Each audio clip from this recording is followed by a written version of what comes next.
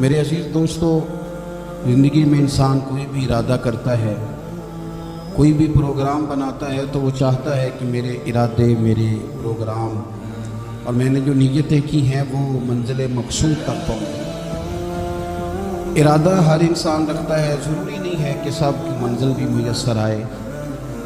کچھ لوگوں کا مقدر رستہ بھی ہوتا ہے، کچھ لوگوں کا نصیبہ کچھ دیر کا سفر بھی ہوتا ہے۔ بہت سارے لوگ اسلام نافذ کرنے کی ٹرین پر سوار ہوتے ہیں، لیکن اسلام آباد آتا ہے تو منزل کو پہنچ جاتے ہیں، اور اسلام کی ٹرین سے اترتے دکھائی دیتے ہیں۔ ضروری نہیں ہوتا سب کے حصے میں نتیجہ بھی آئے، لیکن جد و جہد کرنا، کوشش کرنا، سفر کو جاری رکھنا، یہ مومن کی ذمہ داری ہے۔ میں یہ دیکھ رہا ہوں کہ آج کل تیزی کے ساتھ ہماری ملت کے جوان تھوڑے سفر کے بعد تھکنے لگے، تھوڑا رستہ طے کرنے کے بعد مایوس گفتگو کرنے لگے۔ اللہ تبارک و تعالیٰ نے انسان کی اور بالخصوص بندہ مومن کی تربیت کرتے ہوئے کہا ہے کہ یا ایھا الذین آمنوا اصبروا، اے ایمان والو صبر کرو، وصابروا اور ڈٹے رہو، ورابطوا اور کمر بستہ رہو، جد و جہد کرتے رہو، واتقوا اللہ اور اللہ سے ڈرو، لعلکم تفلحون تاکہ تم فلاح پا جاؤ۔ صبر کرو، ڈٹے رہو اور جد و جہد جاری رکھو، ورابطوا کمر بستہ رہو، بڑھتے رہو۔ میدان کربلا کے اندر دو چیزیں ہیں جو سب سے زیادہ نمایاں ہیں اور جو سب سے زیادہ واضح ہیں، جو بڑی نکھری ہوئی ہمیں دکھائی دیتی ہیں، اور وہی دو چیزیں ہیں جس کی آج ہمارے اندر تیزی سے کمی ہوتی جا رہی ہے۔ بڑے یہ شکایت کرتے ہیں کہ آپ نوجوانوں کو سمجھائیں، ان کو جلدی کا ہے کہ یہ حالات ٹھیک ہو جائیں گے۔ بعض جگہوں پہ چھوٹے یہ کہتے ہیں کہ ابا جی سے اور دادا جی سے آپ یہ کہیں کہ کام اپنے وقت پہ ہونا ہے، جلد باز نہ ہوا کریں۔ میدان کربلا نے انہی دو چیزوں کا ہمیں سبق دیا ہے۔ وہ چیزیں کیا ہیں؟ ایک صبر، ایک استقامت۔ آپ اپنی زندگی حوصلے کے ساتھ گزاریں اور اپنے سفر کو جاری رکھیں، استقامت کے ساتھ آگے بڑھتے رہیں۔ یہ دو چیزیں سبق ہیں میدان کربلا کا۔ میدان کربلا کے اندر جو چیز سب سے زیادہ اہل بیت نبوت کی طرف آئی ہے وہ ظلم ہے، ستم ہے، جفا کشی ہے، اور اہل بیت نے جو سب سے بڑھ کر کے دکھایا وہ ان کا صبر ہے۔ یہ صبر اور استقامت کی مثال علماء نے لکھی ہے۔ جس طرح دریا کے دو کنارے ہوتے ہیں نا، اگر وہ دو کنارے دریا کے موجود رہیں تو وہ دریا اپنے مقام پہ جا کے کھیت کو پانی دیتا ہے، کھلیان کو پانی دیتا ہے، سبزیاں اگتی ہیں، درخت اگتے ہیں، زمین بنجر ہو تو اس کی آبیاری ہوتی ہے۔ اگر وہ دو اس کے بند سائیڈوں پہ قائم رہیں، لیکن اگر وہ بند درمیان سے نکال دیا جائے تو وہی دریا تباہی مچا دیتا ہے، سیلاب آ جاتا ہے۔ انسان کی زندگی میں صبر اور استقامت دو بند ہوتے ہیں میرے بھائی، یاد رکھنا۔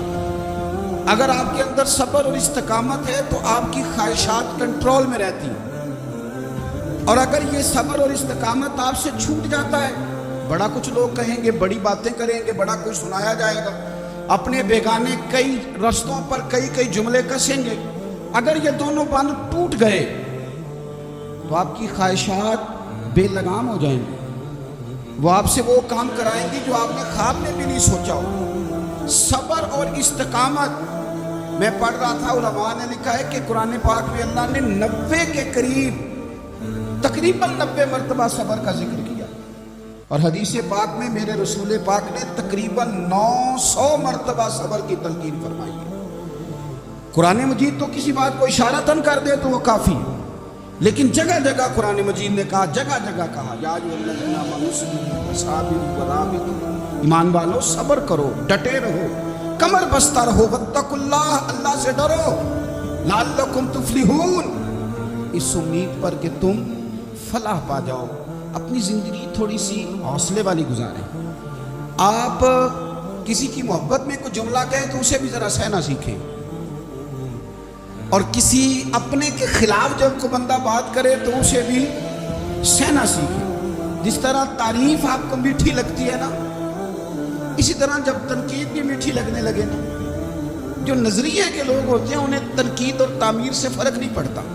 کیونکہ وہ ان کا اپنا ایک ویژن ہوتا ہے، ان کی اپنی ایک سوچ ہوتی ہے، وہ اپنے نظریے پر چلنے ہوتے ہیں، انہیں زیادہ پریشانی نہیں ہوتی، انہیں دکھ بھی اتنی تکلیف نہیں دیتے، جتنا مزہ سکھ دیتے ہیں اتنا ہی مزہ دکھ دیتے ہیں، کیونکہ ان کا ایک ویژن ہے۔ قرآن مجید کا ایک دوسرا مقام ہے، سورہ لقمان ہے، حضرت لقمان اپنے بیٹے کو نصیحت کرتے ہیں تو کہتے ہیں یا بنیا، اے میرے بیٹے، اقیم الصلاۃ وامر بالمعروف، ایک تو نماز قائم رکھنا اور دوسرا لوگوں کو نیکی کا حکم دینا، وانہا عن المنکر، اور لوگوں کو برائی سے منع کرنا، واصبر علی ما اصابک، اور اس رستے میں جو تجھے تکلیف آئی اس پر صبر کرنا۔ بیٹے کو نصیحت کر رہے ہیں باپ، اور لہجہ دیکھیے کہ یا بنیا، او میرے بیٹے، کیا لہجہ ہے، کیا انداز ہے، او میرے بیٹے۔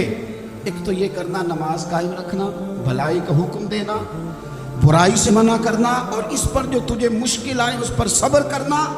اور پھر کیا کہتے ہیں، قرآن مجید کا انداز دیکھیے، فرمایا ان ذالک من عزم الامور، بے شک یہ بڑی ہمت والے کام ہیں، نیکی کا حکم دینا، برائی سے منع کرنا، نماز پڑھنا اور مصیبت پر صبر کرنا، یہ ہمت والے کام ہیں پتر، ہمت والے کام ہیں، ذرا ڈٹ کے کر، بے حوصلہ نہ ہونا۔ ایک بزرگ بیٹھے تھے، اللہ کے نیک بندے بھی تھے اور تجارت بھی کرتے تھے، لاکھوں کا کاروبار تھا، بزرگ بیٹھے ہوئے ہیں تو اچانک خبر ملی کہ حضرت صاحب پڑھا رہے تھے سبق، خبر ملی کہ آپ کا وہ جو ایک جہاز تھا نا مال بردار، وہ جہاز آپ کا ڈوب گیا پانی میں۔ فرمانے لگے الحمدللہ، سبق پڑھاتے رہے، 2-4 گھنٹے گزرے تو ایک بندہ پھر آیا، اس نے آ کے کہا حضور مبارک ہو، وہ جو جہاز ڈوبنے والی خبر تھی وہ غلط تھی، وہ جہاز آپ کا بالکل ٹھیک ٹھاک ہے، لاکھوں روپے بچ گئے۔ فرمانے لگے الحمدللہ، سبق اسی روٹین سے پڑھاتے رہے، پہلے نقصان کی خبر آئی تو پھر بھی الحمدللہ،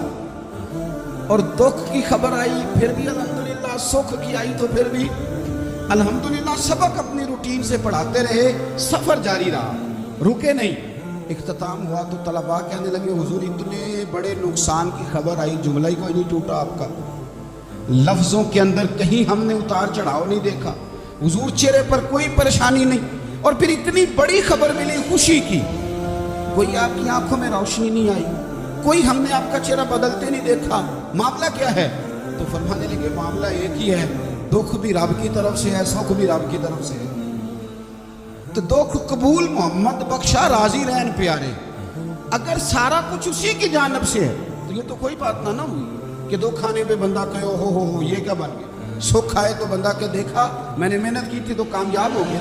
امام علی مقام رضی اللہ تعالیٰ عنہ کی فکر کو سمجھ جاؤ، جب وہ مصطفیٰ کریم کے کندھوں پہ تھے پھر بھی الحمدللہ، اور جب ان کا سر نیزے کی نوک پہ تھا پھر بھی الحمدللہ، کسی مقام پر کسی جگہ بھی حسین ابن علی شکوہ کرتے نظر نہیں آتے، سیدنا امام علی مقام ہر مقام پہ کہتے ہیں الحمدللہ الحمدللہ الحمدللہ، جب تک وہ مسجد نبوی کے منبر پر جلوہ فراز تھے اور جب تک زمانہ ہاتھ باندھے ان کے سامنے کھڑا تھا پھر بھی الحمدللہ، اور جب ان کے بچوں کے ہاتھوں میں ظالموں نے زنجیریں ڈال دی تو پھر بھی الحمدللہ، جب تک سورج چاند بھی سیدہ زینب کے گھر کے قریب سے گزرتے تھے تو ذرا تھوڑی نظر ہٹا کے گزرتے تھے، مالک پھر بھی الحمدللہ، اور جب شام کے بازار میں پردیسی بہن اپنے بھائی کا کٹا ہوا سر لے کے سفر کر رہی تھی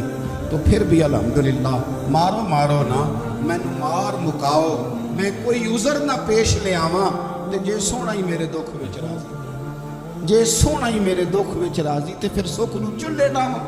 یہ الحمدللہ کا مزاج لاؤ، یہ روز جو گھر میں لڑائی کرنا، روز اختلاف رائے کی بات کرنا، روز کبھی کسی کی غیبت کرنا، کبھی کسی کی کرنا، کبھی کسی چوک میں بیٹھ کے شکوہ کرنا، کبھی کسی چوک میں بیٹھ کے شکوہ کرنا، کبھی کہنا کہ فلاں جگہ میں ناکام ہو گیا، فلاں کی وجہ سے ہو گیا، یہ کچھ شیوا ہے مسلمانی کا؟ مسلمان ہر حال میں اللہ کی تسبیح پڑھتا ہے، مسلمان ہر حال میں اپنے رب کو یاد کرتا ہے، وہ کہتا ہے بہار ہو کے خزاں لا الہ الا اللہ، خودی کا سر نہا لا الہ الا اللہ، خودی کا تیغ فسا لا الہ الا اللہ، اور اگرچہ بت ہیں جماعت کی آستینوں میں، اگرچہ بت ہیں جماعت کی آستینوں میں، پر میری مجبوری ہے نا، مجھے ہے حکم اذان، لا الہ الا اللہ، اپنی ڈیوٹی کرتا ہے، وہ اپنے کام لگا رہتا ہے۔ آپ کبھی پلٹ کر میرے رسول پاک صلی اللہ تعالیٰ علیہ وسلم کی خوبصورت زندگی کو دیکھیں نا، خوبصورت زندگی کو۔ میں کیا کروں، ہمارے مزاجوں میں باتیں ایسی آتی جا رہی ہیں، ہم انتظار کرنے کو تیار ہی نہیں۔ ابھی محنت کیا تو شام کو رزلٹ آنا چاہیے۔ جو پوری 5 دن نماز پڑھ لیتا ہے وہ کہتا ہے ابھی میں ولی نہیں بنا، اتنے دن ہو گئے نماز پڑھتے۔ جو پورا 40 دن پراپر طریقے سے درود پاک پڑھ لیتا ہے وہ کہتا ہے دیکھو مجھے ابھی تک زیارت ہی نہیں ہوئی نبی پاک صلی اللہ علیہ وسلم۔ جو ابھی کل آیا ہے اور کل ابھی اس شخص نے آ کر کے شروع کیا ہے سلسلہ، تو کہتا ہوں میرا معرفت والوں میں نام کب آئے گا؟ وہ بھائی لوگوں کی زندگیاں گزر گئی، لوگوں کے احوال گزر گئے۔ میں بیٹھا تھا بزرگوں کی خدمت میں، تو ایک شخص نے آ کے کہا حضور میں آپ کے لیے سلام لایا ہوں فلاں عظیم ہستی کا۔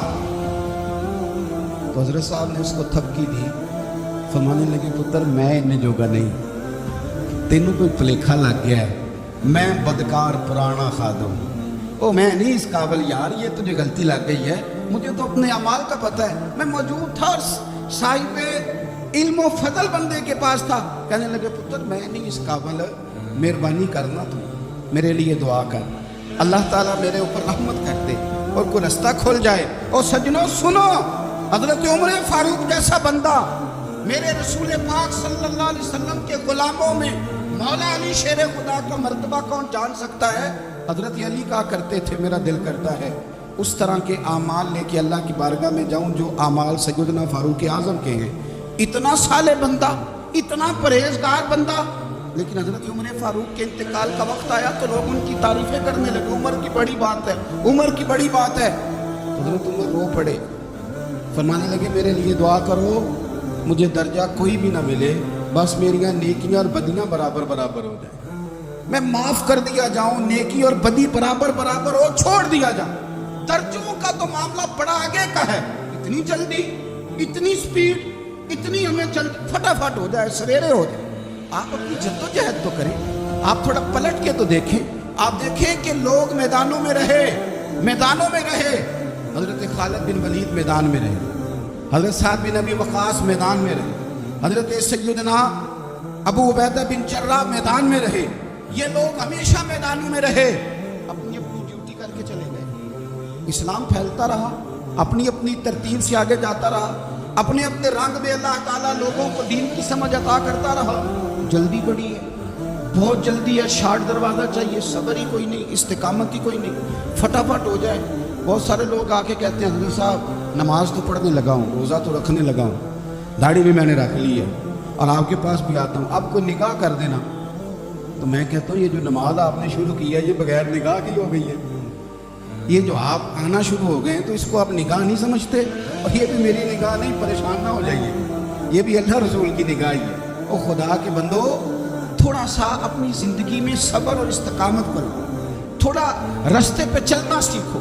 اور میں آپ کو ایک بات عرض کروں، ہمارے صوفیاء نے ایک باریک نقطہ بھی بیان کیا، وہ کہتے ہیں یہ جو وصال ہے نا، وصال یہ تو اختتام ہے، ملاقات تو فنا ہے، جو مل گیا وہ تو گیا، جس کی ملاقات ہو گئی وہ تو گئے تھے نا جناب موسیٰ ملنے، میرے کیا ہوا تھا، جس کی ملاقات ہو گئی وہ تو گیا۔ اصل کام کیا ہے؟ اصل کام اس کے رستے میں رہنا، اصل کام تو یہ ہے کہ تو اس رستے پہ ہے کہ نہیں، جس رستے پہ تجھے کھڑا کیا، ان راہوں کا تو مسافر ہے کہ نہیں، تو نقش قدم تلاش کر، نقش قدم۔ ایک شاعر سیرت نگار بھی تھے، سمجھ لیں انہوں نے سیرت نگاروں کو بھی دیکھا، ارشاد کو بھی دیکھا، رسول اللہ کے غلاموں کو دین کی نوکری کرتے بھی دیکھا، 40 سال حدیثیں پڑھاتے بھی دیکھا، نبی پاک کے نام پہ گلی گلی نگر نگر جاتے آتے بھی دیکھا، حضور صلی اللہ علیہ وسلم کی باتیں کرتے دیکھا۔ تو کسی نے ان سے پوچھا حضور تک رسائی بھی ہوئی ہے؟ تو وہ سرکار کی بارگاہ میں مخاطب ہو کے کہنے لگے تیری معراج کہ تو جانے کہاں تک پہنچا۔ یا رسول اللہ معراج کی رات آپ کہاں تک گئے؟ کوئی پتہ نہیں۔ کہنے لگے وہ تیری معراج کہ تو جانے کہاں تک پہنچا، اور میری معراج کہ میں تیرے خاک قدم تک پہنچا۔ میرے لیے تو اتنا کافی ہے کہ محبوب وہ جو تیرے قدموں سے کبھی گرد لگتی تھی مدینے کی، اگر میں وہاں تک چلا جاؤں تو میری تو معراج ہو گئی، میرا تو معاملہ حل ہو گیا، میں یہاں تک آ گیا تو ختم ہو گئی بات۔ تھوڑا سفر کریں۔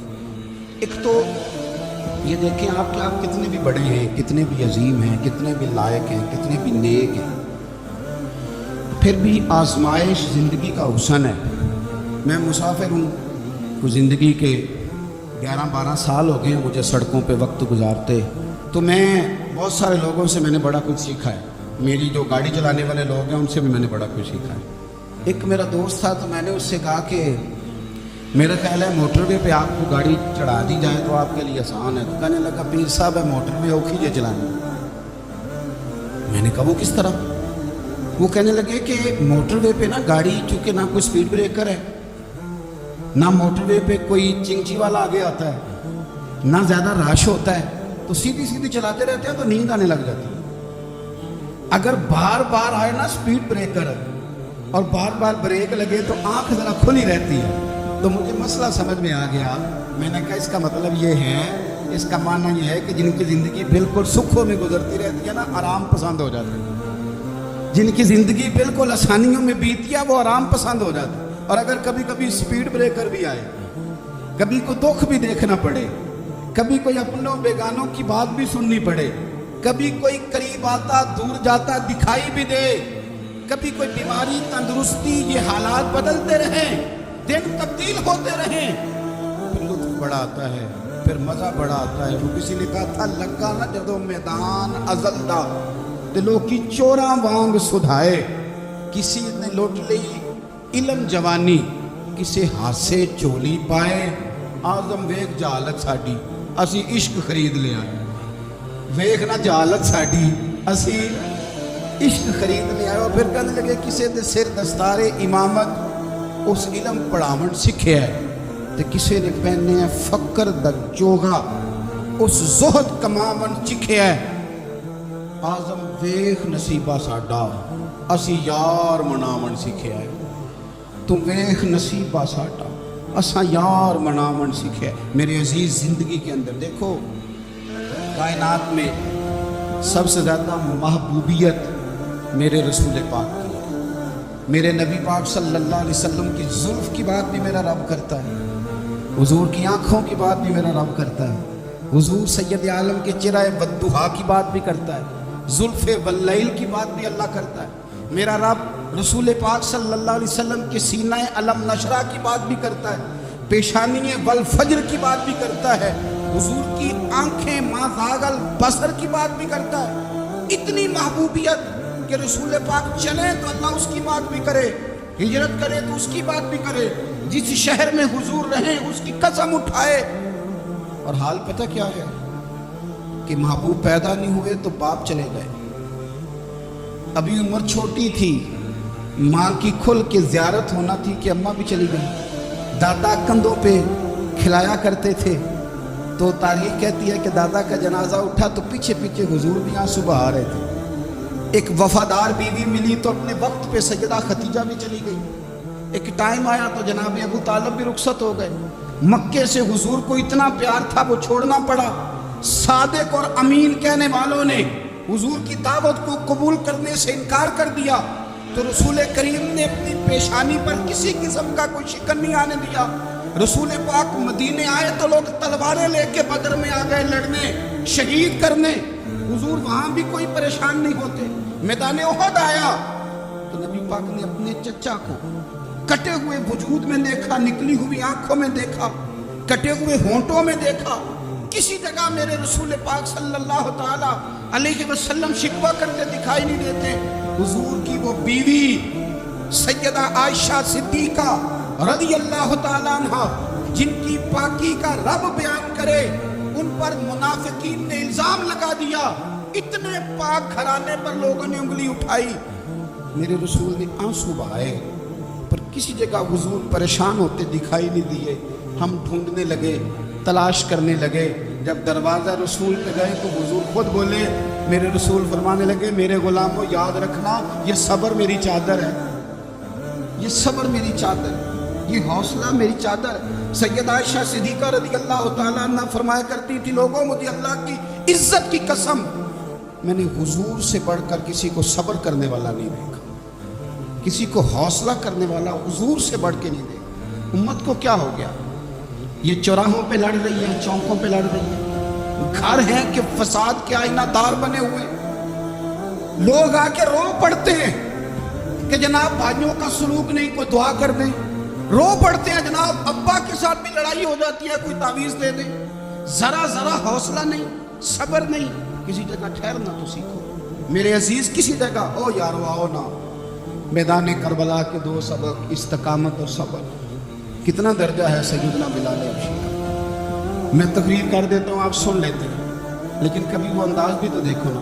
حضرت بلال، او میرے دوست، جیل کے اندر بندے کے ہاتھ نہیں باندھے جاتے، پیر نہیں باندھے جاتے، پر لوگ جیل میں روتے ہیں، تڑپتے ہیں۔ سیدنا بلال کہتے ہیں میں کلمہ پڑھتا تھا، رات امیہ مجھے باندھ کے رکھتا تھا، اور سویرے جب پتھر اچھی طرح تپ جاتے تھے نا تو لا کے باہر مجھے پتھروں پہ لٹا دیتا تھا اور میرے وجود پر بھاری پرکم پتھر رکھ دیتا تھا۔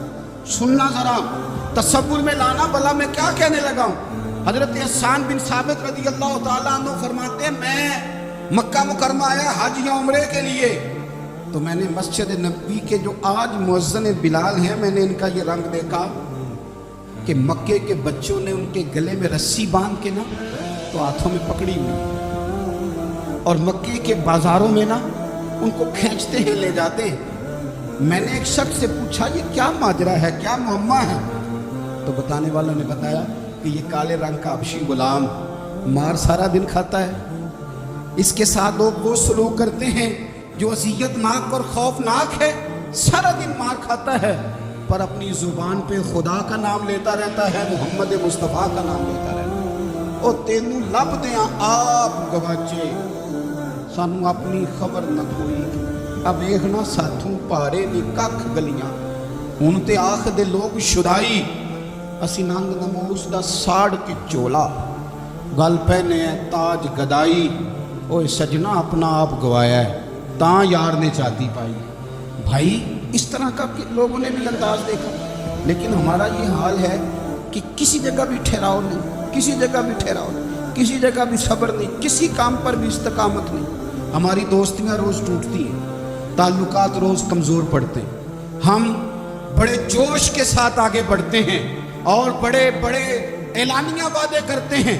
کون سی چیز ہے جو ہمیں کمزور کر دیتی ہے؟ سوائے اس کے کہ ہمارا نفس کمزور ہے، سوائے اس کے کہ ہمارا نظریہ کمزور ہے، سوائے اس کے کہ ہمارے اندر وہ طاقت نہیں جو ہمیں استقامت پہ لا کے کھڑا کرے، جو ہمارے اندر حوصلہ پیدا کرے۔ یاد رکھنا میدان کربلا کے اندر حضرت سیدنا امام حسین رضی اللہ تعالیٰ عنہ کا جو حوصلہ تھا وہ اتنا مثالی تھا، اتنا مثالی تھا، اتنا مثالی تھا۔ ایک جنازہ گھر میں اٹھ جائے نا، اور خدا معاف کرے وہ کسی جوان کا، تو بوڑھے کی کمر کئی روز کھڑی نہیں ہوتی۔ لیکن کربلا کے اس شخص سوار کی کہانی بھی سننا میرے بھائی، جو اپنے کندھے پہ صبح سے لاشیں اٹھا کے لا، صبح سے امام علی مقام لاشیں اٹھا کے لاتے ہیں۔ حضرت قاسم بن حسن کا لاشا اٹھا کے لا کے رکھا، حضرت علی اکبر شہید ہو گئے، آواز دی ابا جی سنبھالنا، تو لاش مبارک اٹھا کے رکھی، جناب علی اصغر کی لاش اٹھا کے رکھی۔ بھائی بڑے پیارے ہوتے ہیں، بڑے ہی پیارے ہوتے ہیں، نہ مانے ہم اپنی اولادوں کے سامنے پر بڑے پیارے ہوتے ہیں، اتنا مرضی شکوہ کریں۔ بھائی پائیاں دیاں باواں ہوتے ہیں، تے بھائی پائیاں دے ویری بڑے پیارے ہوتے ہیں، کیا کریں بھائی جو ہوئے نہیں ان کی تکلیف صحیح جاتی۔ حضرت عباس رضی اللہ تعالیٰ عنہ کو جب امام علی مقام اٹھا کے لا رہے تھے تو ایک منٹ کے لیے رکے اور کہنے لگے اللہ اب میری کمر کمزور پڑ گئی ہے، میرا بھائی چلا گیا تو پیچھے سے نا کچھ کمزور پڑ گئی ہے۔ اتنی ساری میتیں اٹھا کے لا کے اتنا حوصلہ حسین ابن علی کا، پھر جا کے امام علی مقام گرم ریت سے تیمم کرتے ہیں، پھر وہ گھوڑے پہ بیٹھتے ہیں، پھر وہ ریجز پڑھتے ہیں، پھر وہ خطبہ دیتے ہیں، پھر وہ حق کا اعلان کرتے ہیں، پھر وہ ظلم کو للکارتے ہیں، پھر وہ 56 سال کے بڑھاپے میں جب میدان میں گھوڑے کو ایڑی لگا کے آتے ہیں اور اس طرح کاٹتے ہیں یزیدیوں کی کمر کو، گلوں کو، کہ عمر بن سعد کہتا ہے اکیلے اکیلے نہ جاؤ، یہ کوئی معمولی ہے، یہ علی حیدر کا لال ہے، اکیلے اکیلے جاؤ گے تو لشکر کاٹ دے گا، یک بار بھی حملہ کرو، یک بار بھی، پھر ہو سکتا ہے حسین تمہارے قابو آئے۔ امام علی مقام میدان کربلا میں جب تیر کھا رہے تھے تو تجھے حوصلہ سکھا رہے تھے، مجھے حوصلہ سکھا رہے تھے، جب وہ میدان کربلا میں نیزے کھا رہے تھے، زخم لے رہے تو ڈٹنا سکھا رہے تھے، حوصلہ کرنا سکھا رہے تھے۔ بات بات میں کمزور پڑنے والوں، ملت کے جوانوں، ابھی تو تم نے بہت سارے اجالے لانے ہیں، ابھی تو کئی اندھیروں سے لڑنا ہے، ابھی تو کئی شمع جلانی ہے، ابھی تو بہت سارے گھر ہیں جو منتظر ہیں کہ تم انقلاب لاؤ، ابھی تو بہت ساری آبادیاں ہیں جہاں تم نے امن قائم کرنا ہے، ابھی تو بہت سارے شہر ہیں جہاں سے تم نے ظلم مٹانا ہے، ابھی تو بہت ساری جگہ ہیں جہاں تمہارے نام کے دیپ جلیں گے، جہاں تم جا کے اسلام کے نام کی تختی لگاؤ گے، ابھی تو بہت سارے مینارے ہیں جن پہ تم نے لا الہ الا اللہ محمد رسول اللہ کے نام کا جھنڈا لگانا ہے، ابھی تو آگے بڑھنا ہے، ابھی تو بہت سارا کام کرنا باقی۔ اقبال کہنے لگے کہ وقت رخصت ہے کہاں، کام ابھی باقی ہے، اور لوگوں نور توحید کا اتمام ابھی باقی ہے۔ اور ایک شاعر اور بولے، وہ کہنے لگے مسلمانوں نہ گھبراؤ، خدا کی شان باقی ہے، ابھی اسلام زندہ ہے، ابھی قرآن باقی ہے۔ کافر کیا سمجھتے ہیں جو ہم سے روز الجھتے ہیں، ابھی تو کربلا کا آخری میدان باقی ہے، ابھی تو بڑھنا ہے، آگے سفر کرنا ہے، کمزور نہ پڑے۔ اپنی زندگی کے اندر کسی جگہ بیماری بھی آ جاتی ہے، تکلیف بھی آ جاتی ہے، آزمائشیں بھی آ جاتی ہیں، غریبی بھی آ جاتی ہے، یہ آنے والی چیزیں ہیں تو آ جاتی ہیں۔ اپنی زندگی میں صرف 2 4 5 چیزوں کو لاگو کر لیں۔ ایک تو مخلص زندگی گزاریں، ریاکار زندگی نہ گزاریں۔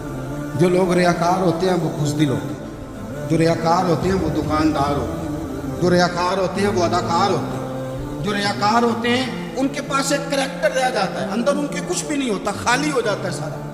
زندگی میں مخلص بنیں گے تو دلیر ہو جائیں، اخلاص کے ساتھ آپ زندگی میں سفر کریں، آپ مخلص ہو جائیں۔ میرے رسول پاک صلی اللہ علیہ وسلم نے فرمایا مخلص ہو جاؤ، اللہ کی رضا والے ہو جاؤ، مخلص ہو جاؤ، تمہارا تھوڑا عمل بھی تمہارے لیے زیادہ ہو جائے گا، تمہیں کفایت کر دے گا تھوڑا۔ اللہ کے علاوہ کسی سے ڈرنا چھوڑ دیں، غیر کا خوف دل سے نکال دیں، خوف نکال دیں، اپنی زندگی میں غیر کا خوف نکال دیں، نکال پھینکیں آپ امیروں کا خوف، نکال پھینکے دنیا کیا کہے گی۔ یاد رکھنا عزتیں بھی رب دیتا ہے، ذلتیں بھی اس کی مشیت کا تقاضا ہوتی ہیں، رزق کا مالک بھی اللہ ہے۔ حضرت مولا علی سے کسی نے کہا کہ آپ اپنے ساتھ حارس کیوں نہیں رکھتے، گن مین کیوں نہیں رکھتے، باڈی گارڈ کیوں نہیں رکھتے؟ تو حضرت علی فرمانے لگے موت سب سے بڑی محافظ ہے، وقت سے پہلے آتی ہی نہیں، آ سکتی نہیں۔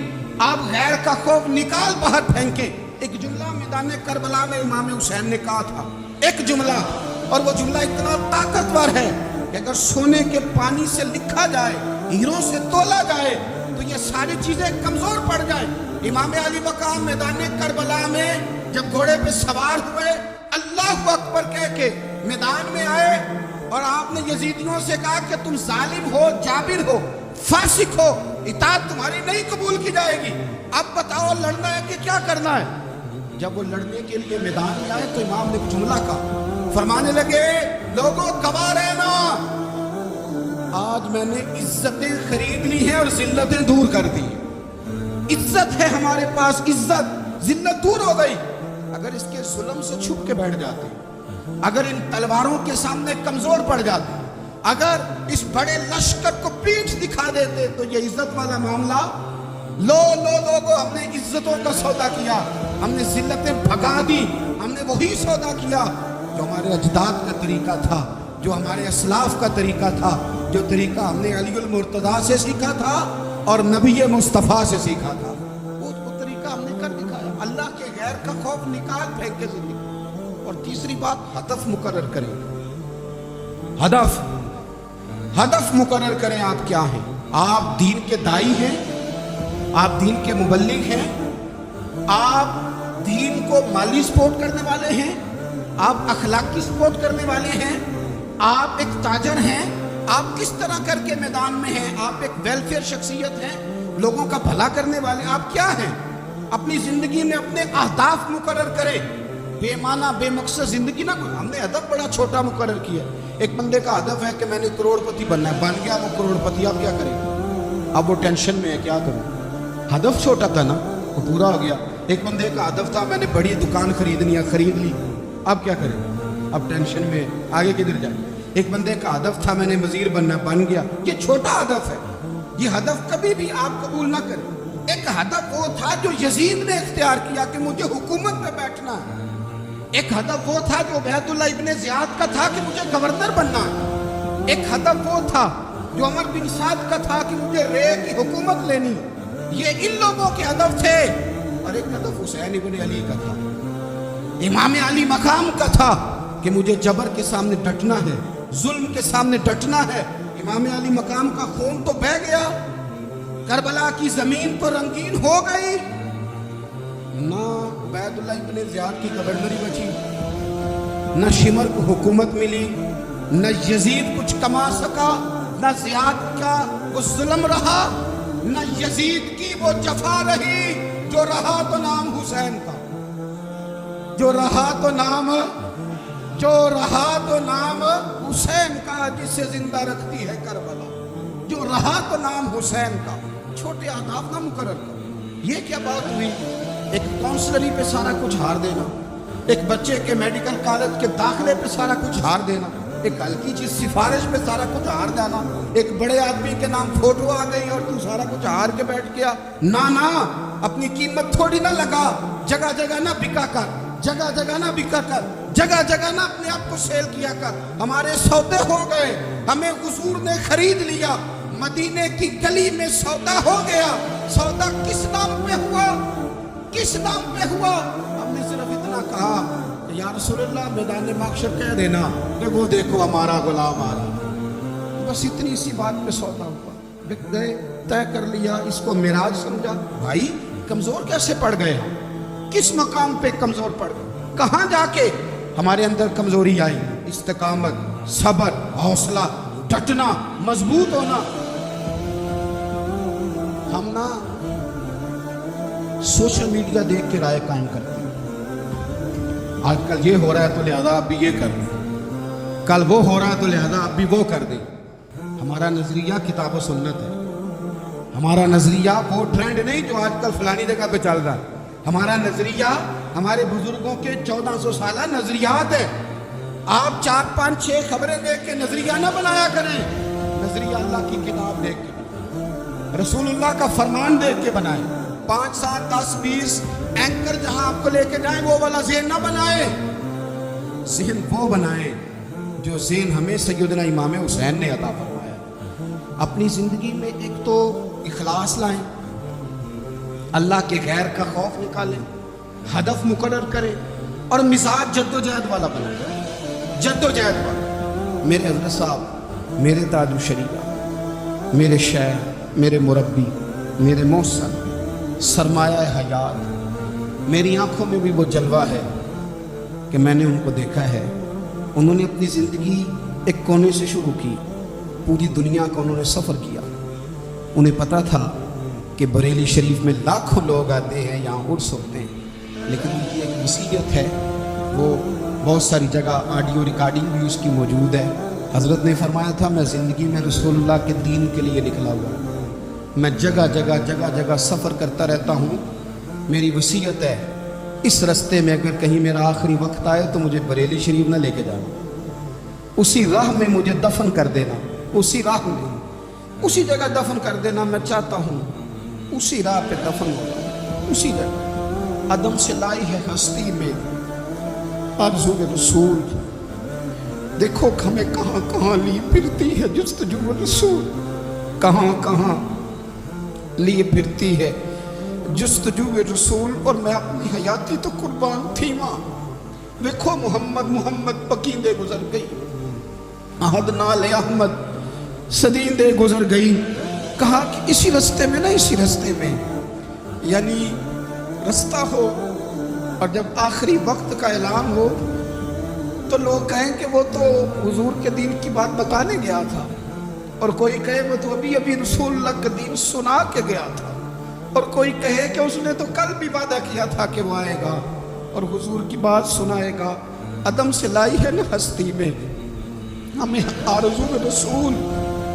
لوگوں دیکھو نا ہمیں کہاں کہاں لیے پھرتی ہے جستجو رسول، پھر جب ہی نظارہ ہو میدان حشر میں بے دم کہ سب ہوں پیش خدا، اور میں روبرو رسول اپنی زندگی میں اہداف مقرر کریں۔ لوگوں ہم نے اپنے بچوں کو، اولادوں کو، قبیلوں کو، بستیوں کو، برادریوں کو بڑا کچھ دیا ہے۔ آؤ نا آج ہم اللہ کے حضور کچھ ارادے کریں کہ ہم اپنے دین کو بھی کچھ دیں گے، ہم اپنے مذہب کے لیے بھی کچھ کریں گے۔ آپ یقین کریں کالج مضبوط ہو گئے، مدارس کمزور ہو گئے، آپ یقین کریں کھیل کے اڈے آباد ہو گئے۔ خدا را اپنے دین کے لیے بھی سوچنا سیکھیں، اپنی اسلامی اقدار کے لیے بھی سوچنا سیکھیں، دین کی سربلندی کے لیے بھی سوچنا سیکھیں۔ میری زندگی کا مقصد تیرے دین کی سرفرازی، میں اسی لیے مسلمان، میں اسی لیے نمازی۔ حضرت عمر فاروق رضی اللہ تعالیٰ عنہ نا ہاتھ کے اندر تلوار لے کے دین کی پہرے داری کو نکلتے تھے۔ امام حسین نے تلوار لی، میدان میں دین کی پہرے داری کو نکلے، دین کی اقدار بچائی ہے امام حسین۔ کسی شاعر نے کہا تھا دین نبیدہ وانگ یتیمہ رووے تے کرلاوے، آکھے لوگوں میں کتھوں لباں عمر بعد ہے جڑا مینوں سینے لاوے۔ امام حسین نے اقدار بچائے دین کے، فرمایا فاسق، فاجر، ظالم، شرابی یہ مسلمانوں کے حکمران ہو سکتے؟ تو جو اقدار امام علی مقام بچانے نکلے ساری اولاد سمیت، ان کو بچانے کے لیے میں اور آپ کیا اقدامات کر رہے ہیں؟ ہم کیا کر رہے ہیں؟ ہمارے ملک کے اندر آہستہ آہستہ آپ غور کر لیں، زنا بالجبر کہاں چلا گیا، معاذ اللہ عام زنا کے حالات کتنے خوفناک، زیادتیوں کی شرح کتنی بڑھ گئی۔ آپ دیکھیں روز وہ خبریں، وہ چیزیں سنی نہیں جاتی، معصوم بچیاں، جنسی درندگی کے جو حوال ہیں، ابھی بھی لوگوں کو انتظار ہے کہ انہوں نے حسینی کب بننا ہے، فکر حسینی کے پاسبان بنے۔ یہی تو وقت ہے جب امام علی مقام آپ کو پکار رہے ہیں، اپنے اپنے چکر میں الجھ کر۔ اقبال کہتے ہیں ہر کوئی مست میں ذوق تنے آسانی ہے، حیدری فقر نے دولت عثمانی ہے، تم کو اسلاف سے کیا نسبت روحانی ہے، وہ معزز تھے زمانے میں مسلمان ہو کر، اور ہم خار ہوئے تار کے قرآن ہو کر۔ اٹھنے کا وقت ہے، ارادے کرنے کا وقت ہے، اسلامی اقدار اپنے گھروں میں، اپنی جمعیت میں، اپنے قبیلے میں اس کے نفاذ کا وقت ہے۔ جد و جہد کریں، آگے بڑھیں، ہمت کریں۔ جس کی کوئی نماز آج کی رہ گئی ہے وہ ساری نمازیں پوری کر کے، جو قضا ہیں وہ ادا کر کے سنیں، اللہ کی بارگاہ میں استغفار پڑھیں، توبہ کر کے اپنے وقت کو بتائیں، چھوڑ دیں دوسروں کی غلطیوں پہ اتنا وقت لگانا، اپنے اوپر تھوڑی محنت کریں، اپنے اندر کچھ خامیاں نکالیں اور کچھ اپنے آپ کو رگڑ کے خوبیاں پیدا کریں، اور اپنی صلاحیتیں اپنے دین کے لیے خرچ کریں، اپنی خوبیاں دین کے لیے لگانے کی کوشش کریں۔ ہم بھی دوبارہ سے تجدید عہد وفا کرتے ہیں، دوبارہ سے آج کہتے ہیں کہ یا رسول اللہ صلی اللہ علیہ وسلم، ہمارا وعدہ ہے کہ میری زندگی کا مقصد تیرے دین کی سرفرازی، میری زندگی کا مقصد تیرے دین کی سرفرازی، میں اسی لیے مسلمان، میں اسی لیے نمازی۔